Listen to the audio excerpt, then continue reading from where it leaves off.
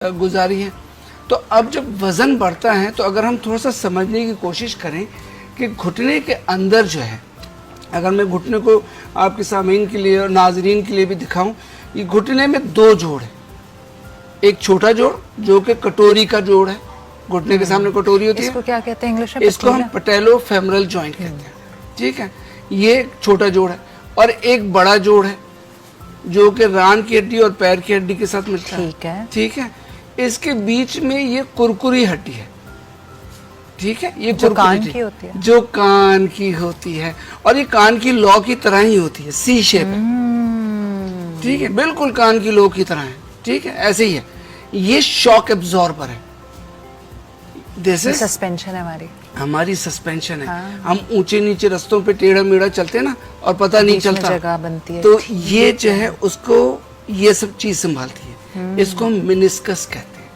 अच्छा, जब इंसान चल रहा होता है, अलमिया की साइंस है ना, जिसको हम समझ रहे हैं और कॉपी करने की कोशिश कर रहे हैं, तो हमारा जो वजन है, जिसको हम वेक्टर कहते हैं, वो घुटने के अंदर वाले हिस्से में जाता है।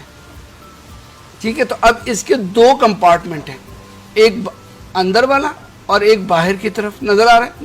दो साइड है, बिल्कुल बीच में होल है। ठीक है, तो अब ये एक अंदर वाली और एक बाहर वाली साइड है। तो हमारा ज्यादा वजन जो है वो अंदर वाली साइड पे आता है, यानी कि इधर। तो आपको अमूमन जो लोग घुटने की शिकायत करते मिलेंगे, वो यही कहेंगे कि उनके घुटने के अंदर की तरफ ज्यादा था। और उसकी वजह ये है कि जब वो वजन बढ़ता है तो ये जो चिकनी हड्डी है ये खराब होना शुरू हो जाती है। इसके खराब होने के 4 मरहले। ठीक है, पहले मरहले पे ये फूलना शुरू होती है। अभी एक स्पेस है, अभी हल्की फूलना शुरू हुई, तो अब घुटना तो चल रहा है। अब जब ये चल रहा है तो ये बीच में मौजूद कुरकुरी हड्डी पे रगड़ खा रहा है। आपको क्या महसूस हो रहा है? हल्का फुल्का दर्द। आपने कहा हल्का फुल्का दर्द आना शुरू हो गया मुझे। ठीक है, आपने कोई एंटी इन्फ्लेमेटरी खा ली, पैंडोल ले ली, 2-3 दिन खा लिया, दर्द में आराम आ गया।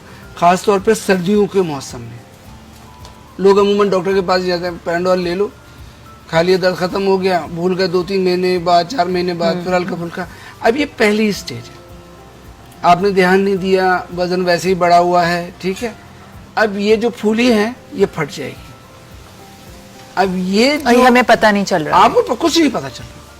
अब ये फट क्यों रही है? क्योंकि ये चल रही है ना ऐसे, ये रगड़ खा रही है। और ये बिकॉज ऑफ वेट होता है, ये वेट की वजह से ही है ना ज्यादा। ठीक है, तो मोटे लोगों में कॉमन है। मोटे लोगों में कॉमन है। हड्डियों की कमजोरी, वो भी औरतों में पीरियड्स खत्म होने के बाद, ऑस्टियोपोरोसिस में, इसमें सब चीजों में हड्डियों की कमजोरी भी इसका वजह बन सकती है। हड्डियों की कमजोरी, चाहे आप दुबले पतले हैं, चाहे आप दुबले पतले हैं, ठीक है, तो विटामिन डी की जो हमने पहले बात की थी, उस पर ध्यान रखने की जरूरत है।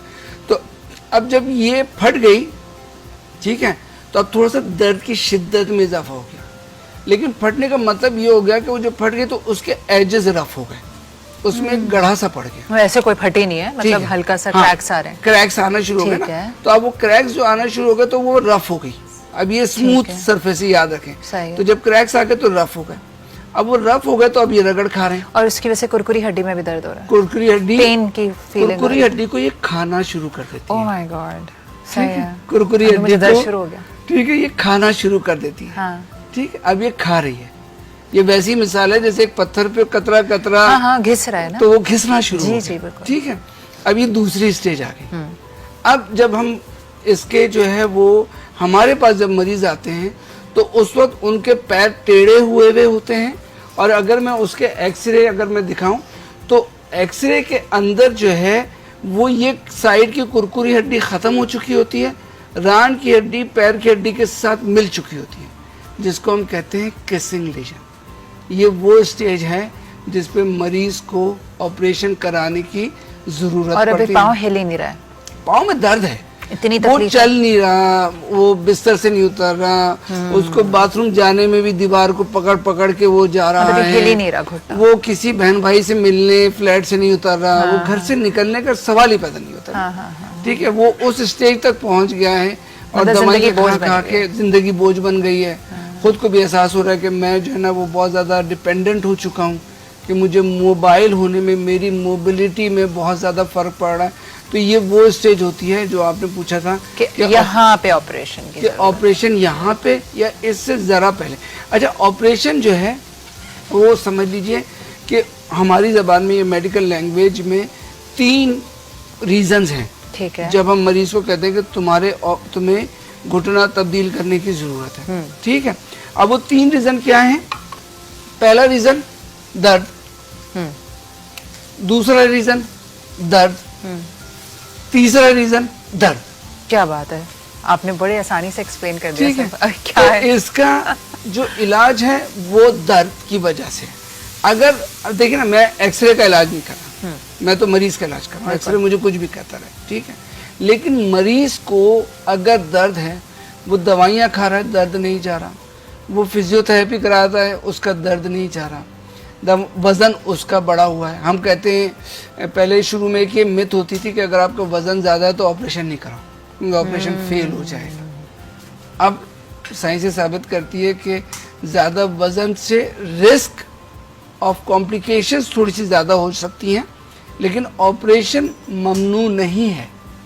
अगर आप सारे फैक्टर्स को कंसीडर करें तो अगर एक इंसान का वज़न बढ़ा हुआ है, उसके घुटने में दर्द है, और मैं उसको कहूँगा तुम वज़न कम करके आओ मेरे पास, तो कैसे करेगा वो कम? बेचारा, हाँ, हिल ही नहीं ठीक जा है, रहा। हिल ही नहीं जा रहा। उसको तो मुझे मोबाइल करना है, उसकी मोबिलिटी इम्प्रूव करनी है। अगर मैं उसकी क्वालिटी ऑफ लाइफ, उसकी मोबिलिटी इम्प्रूव करूँगा, तभी तो वज़न उसका कम होगा, वरना कैसे कम होगा?